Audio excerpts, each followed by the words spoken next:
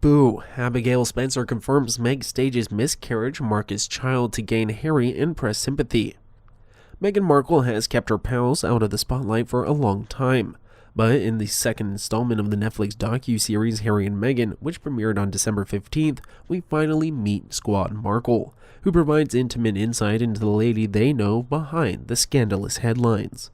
Markle's close friends and Suit co-star Abigail Spencer, as well as tennis prodigy Serena Williams, participate in the episode. Spencer spoke on camera about how she saw Markle crumble under the weight of negative headlines.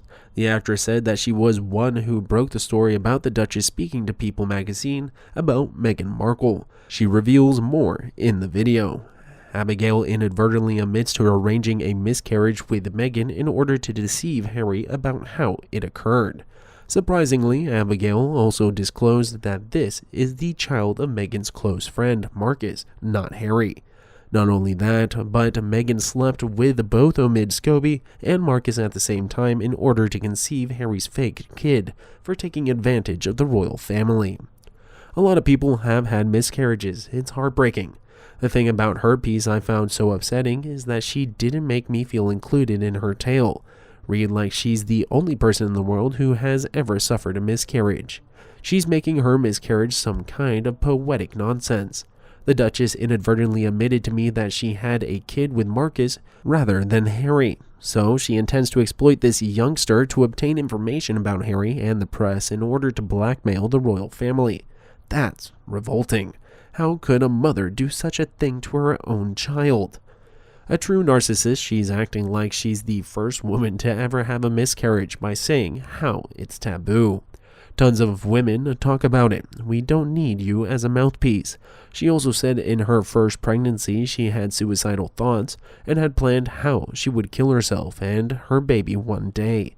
And then she went on to the royal variety show in the evening just so she isn't left alone. It's very hard to believe her. It was very obvious to me that she was using the story to try to win admiration and sympathy by using something that she very well knew, something that many women can relate to, because many have experienced it. I have my doubts whether she was ever pregnant ever once though, much less had a miscarriage. I firmly believe that the pregnancies were faked while she used a surrogate both times. If Harry is getting sued, if he gets divorced, he needs an attorney like Benjamin Chew, because this is Amber. Her level of knock at this point, Harry deserves anything she throws at him. He's been complicit throughout this whole nightmare. She learned from celebs like Chrissy Teigen and Hilaryne Baldwin. The miscarriages that get traction in articles, and it's hard to prove it did or didn't happen disgracefully.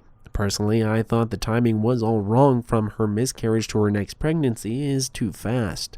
It was also suspicious she got pregnant so easily at her age. When the story first came out, people were saying she ripped off the scene from Steel Magnolias. I haven't seen the movie, but apparently a woman picks up her child and falls to the floor, pushing an editorial about her miscarriage. It seems to me to be a pity ploy. She's so desperate for attention and sympathy, it makes me want to puke.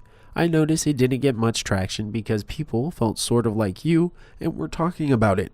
Not about miscarriages, but the article didn't feel genuine or sincere. I mean, who has a miscarriage? And their first thought is, quick, get me on the Times on the line. I have a fantastic idea for an op-ed. Abigail Spencer may be known to many as Scotty on Suits, but she has a long-standing and successful TV career. Her first gig was in 1998 on All My Children. She has had reoccurring roles on the shows.